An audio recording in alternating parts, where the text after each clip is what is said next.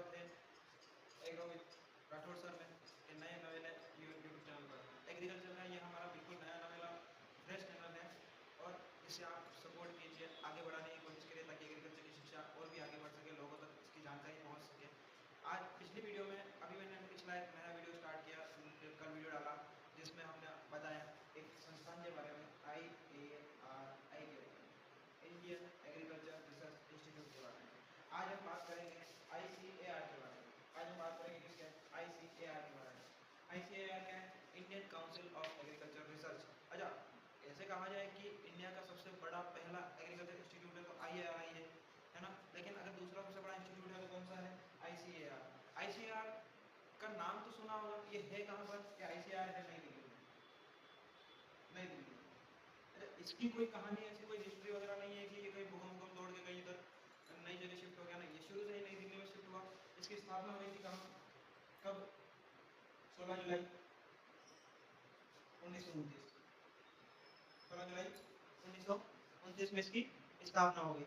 इसकी स्थापना में एक महत्वपूर्ण संस्थान, एक महत्वपूर्ण कमीशन, एक महत्वपूर्ण जो एक समिति वगैरह बनाई गई, उसका हाथ रहता है, इसको कहा जाता है रॉयल कमीशन ऑन एग्रीकल्चर। इस संस्थान ने पहले 1928 में सिफारिश करी कि आप हमें एग्रीकल्चर का ऐसा संस्थान चाहिए जो भारत में कृषि की शिक्षाओं को बढ़ावा दे, भारत में कृषि के अनुसंधान को बढ़ावा दे, भारत में कृषि के साधनों को बढ़ावा दे, भारत में कृषि की समस्याओं का समाधान करे। इन सभी के समाधान के लिए रॉयल कमीशन ने ICAR की सिफारिश करी। तब 1928 में और 16 जुलाई 1929 को ICAR की स्थापना हो गई। इस ICAR की स्थापना के बाद अगर कहा जाए इसके प्रथम अध्यक्ष कौन थे? इसके प्रथम अध्यक्ष थे मोहम्मद हबीबुल्लाह। कौन थे? मोहम्मद हबीबुल्लाह। ठीक है। लेकिन अगर कहा जाए कि ICAR में अध्यक्ष तो ठीक है, उस समय का सबसे बड़ा कोई एक ICAR में पोस्ट भी होती होगी, कोई हेड होता होगा, इतनी बड़ी संस्थान है सबसे बड़ा हेड होता है, वो हेड अपना कहलाता है DG। क्या कहलाता है? DG, director general.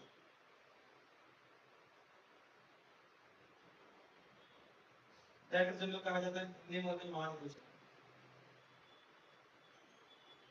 महानिदेशक कौन था? महानिदेशक कौन था इसके बारे में बताते हैं आपको। उससे पहले अगर मैं पूछा समझ रहा कि पिछली बार हमने एक चीज देखी थी कि IARI जब शुरू हुआ 1905 में, उसके बाद धीरे धीरे उसका नाम परिवर्तित किया गया और आजादी से पहले नाम रखा गया था। आजादी से पहले उसका नाम क्या रखा गया? नाम शुरू हुआ था इंपीरियल से, इंपीरियल एग्रीकल्चर रिसर्च इंस्टीट्यूट। वैसे अगर ICAR नहीं माना करने जाए तो ICAR का कोई पुराना नाम था, बिल्कुल आजादी से पहले उसको imperial council of agriculture research कहा जाता। लेकिन आजादी के बाद 1947 में इसका नाम चेंज करके क्या रख दिया? Indian council of agriculture research. इसके अध्यक्ष तो मोहम्मद हबीबुल्लाह है। लेकिन अगर इसके महानिदेशक कहा जाए तो महानिदेशक इसके हैं डॉक्टर DP पाल। अच्छा, डॉक्टर DP पाल के बारे में एक खास बात और, इन्हें गुलाब बहुत पसंद है। गुलाब इतने ज्यादा पसंद थे कि इन्होंने अपनी पढ़ाई MSc, PhD और रिसर्च पर केवल पे किया गुलाब। आज भी अगर गुलाब पर किसी वैज्ञानिक का नाम आता है तो कौन आता है? डॉक्टर DP पाल। और कभी भी एग्जाम में कोई क्वेश्चन आता है गुलाब पर सबसे ज्यादा रिसर्च करने वाले कौन थे, तो ये डॉक्टर DP पाल एक वैज्ञानिक का नाम आता है। ये कौन थे? डायरेक्टर जनरल ICAR के प्रथम ICAR के डायरेक्टर जनरल कौन है? डॉक्टर DP पाल। अच्छा, वर्तमान में अगर पूछा जाए कि वर्तमान में डायरेक्टर जनरल कौन है? वर्तमान में डायरेक्टर जनरल डॉक्टर हिमांशु पाठक। कौन है? डॉक्टर हिमांशु पाठक।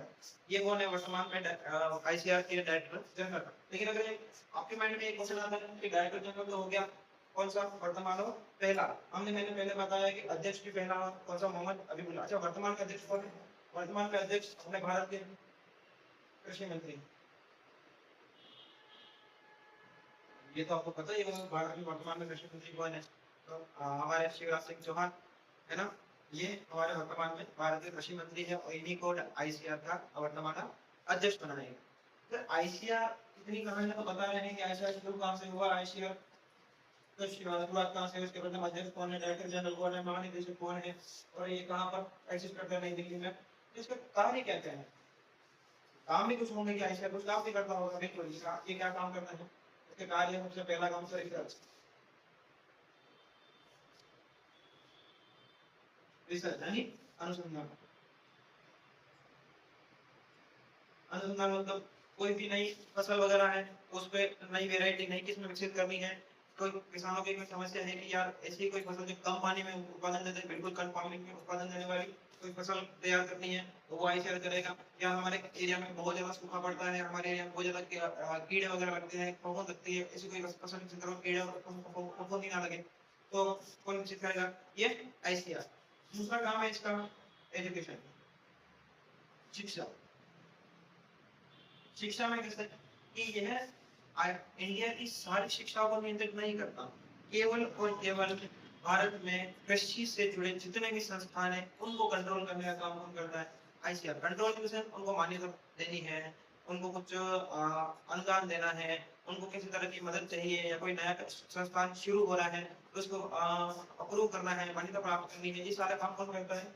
ये आईसीआर। अच्छा, वो जब तक संस्थान चलते हैं वो सारे सारे कंट्रोल किसका रहता है? आईसीआर का। जैसे कि एग्रीकल्चर यूनिवर्सिटी, कृषि विश्वविद्यालय, कृषि के कॉलेज है, कृषि के रिसर्च सेंटर है, ये सारे सारे संभालने का काम कौन करता है? आईसीआर। अच्छा, जब अगर रिसर्च की बात आती है तो केवल अपन दिमाग में क्या आता है? या फसलें होंगी या फल होंगे, फसल या फल ही आती है कृषि में। लेकिन कृषि में एक चीज और आती है, पशुपालन और मत्स्य पालन।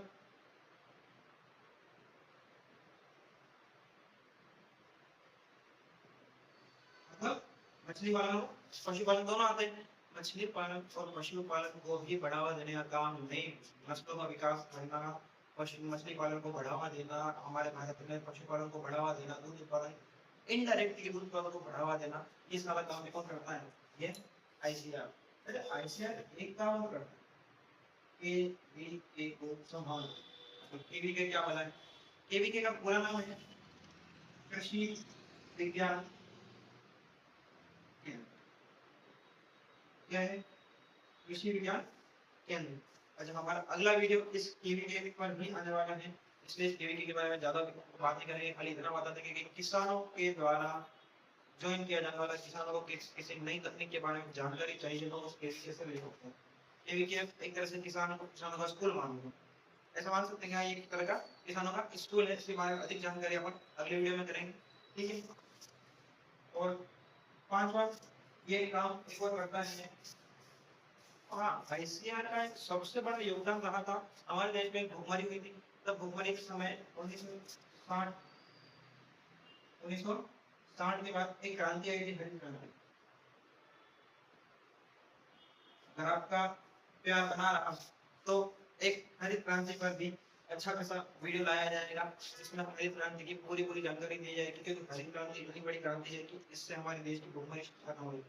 हमारे देश में लगभग आजादी के बाद इतनी भयंकर जनसंख्या वृद्धि हुई और खाने पीने को कुछ नहीं, हम बाहर से अनाज को मंगवाते थे। हमारे देश में अनाज बहुत अच्छे से उत्पादित नहीं होता था। हमारे भारत देश में इतनी अच्छी किस्में नहीं थी जो कम पानी में, कम क्षेत्रफल में, कम बुआई में अधिक उत्पादन दे सके। हम बाहर से अनाज वगैरह मंगवाते थे और बाहरी देश वाले क्या करते थे कि इन्हीं को अपन ऐसा मान सकते हैं कि खराब जो एक्स्ट्रा बीज होता है, जो खराब बीज होता है वो भारत भेज देते हैं, कि जब इनको दे दिया, एक तरह से दान दे दिया, ये काम करते थे। लेकिन हरित क्रांति ने ऐसी क्रांति लाई कि आज हम पूरे भारत देश को खिला रहे हैं, पिला रहे हैं और बाहर अनाज को एक्सपोर्ट भी कर रहे हैं। इतनी भयंकर क्रांति अपनी हरित क्रांति को। हरित क्रांति में अगर किसी का सबसे बड़ा योगदान है इसका है इस आईसीआर। आईसीआर को अपन एक तरह से कृषि शिक्षा की, भारत में आधुनिक कृषि की रीढ़ की हड्डी मान सकते हैं। रीढ़ की हड्डी, बैकबोन होती है किसी इंसान की। अगर बैकबोन नहीं है तो इंसान सीधा खड़ा नहीं रहता है ना। तो कृषि शिक्षा है और वर्तमान में आधुनिक कृषि अगर किसी तरह से भारत में फल फूल रही है, आगे बढ़ रही है, तो सबसे बड़ा योगदान इसका है इस आईसीआर। आईसीआर को हटा दो, रीढ़ की हड्डी हटा दो, बाद में सब खत्म हो जाएगा, है ना। ये इस तरह की पूरी पूरी क्या थी अपनी आईसीआर की जर्नी। आज हम इसके बारे में इतना ही बताएंगे। आगे आपको अगर और कोई जानकारी चाहिए, आपका किसी प्रकार का डाउट है तो आप कमेंट करके हमें बता सकते हैं। धन्यवाद, फिर मिलेंगे अगली क्लास में।